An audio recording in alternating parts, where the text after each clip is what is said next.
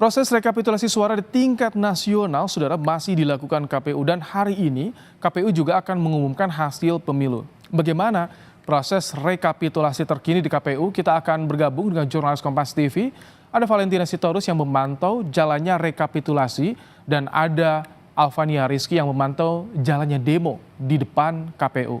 Selamat petang, Valentina dan juga Alva. Saya ingin ke Valen terlebih dahulu. Valen, bagaimana jalannya rekapitulasi hari ini, sementara bagaimana perolehan suaranya?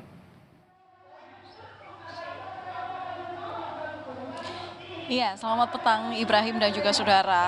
Dari proses rekapitulasi terhadap dua provinsi yang ditunggu-tunggu ataupun dua provinsi akhir dalam proses sidang pleno yang memang sudah diharapkan segera selesai untuk kemudian agar KPU bisa menetapkan siapa yang menjadi pemenang dalam kontestasi pemilu 2024 hingga kini masih berlangsung.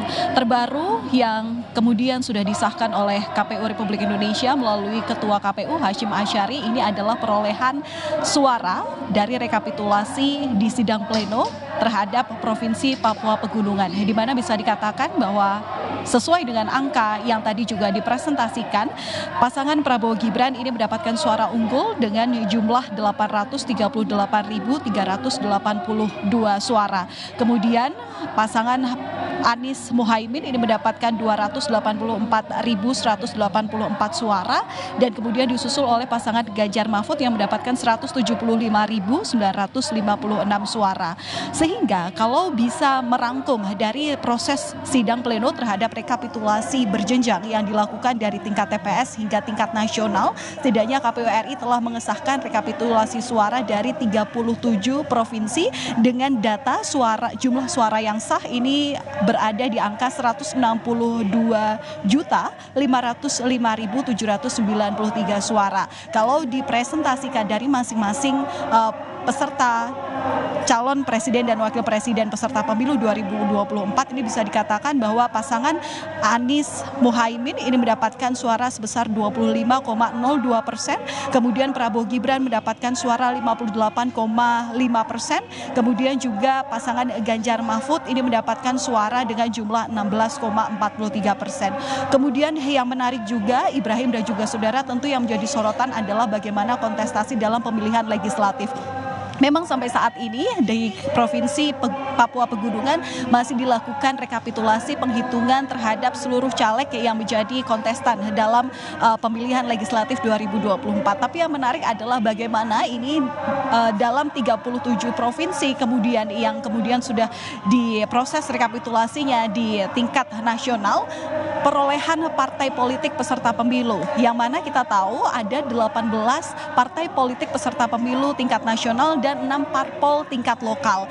Kalau kita mengetahui dari proses penghitungan suara di masing-masing parpol, ini memang menjadi hal yang menarik karena dari angka-angka yang kemudian sudah ditampilkan ke publik, ini KPU menjadi sorotan, ada polemik di situ lantaran ada tabulasi ataupun yang terpampang dalam sistem rekapitulasi KPU melalui Sirekap begitu ya, real count hitung cepat versi KPU ini kemudian waktu itu sempat dihilangkan dari website KPU. Nah, kalau misalnya saya boleh menyampaikan sebelum kita memang menunggu hasil resminya dari KPU, data per tanggal 4 Maret 2024 jam 11 siang dari 65,84%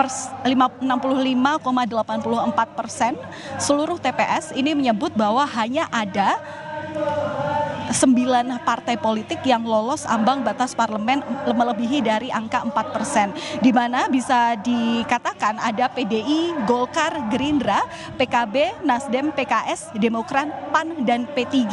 Angka yang paling kecil P3 di sini adalah 4,01%, sementara selain itu angka dari sejumlah parpol, 8 parpol politik lainnya ini ada di bawah 4%. Yang terbaru saat itu adalah PSI berada di angka 3,13%. Memang proses rekapitulasi ini masih berlangsung, kemudian akankah mendapat berapa kursi, ini penghitungannya juga masih berlangsung. Tentu ini masih menunggu keputusan dari KPU. Yang jelas tugas kita sebagai masyarakat memang harus mengawal sedikitnya hingga nanti waktu yang ditetapkan sesuai dengan tenggat waktu di mana KPU diwajibkan untuk kemudian memberikan pengumuman ataupun juga menetapkan siapa peserta pemilu yang kemudian memenangkan suara menjadi pilihan rakyat di pemilu 2024 ini.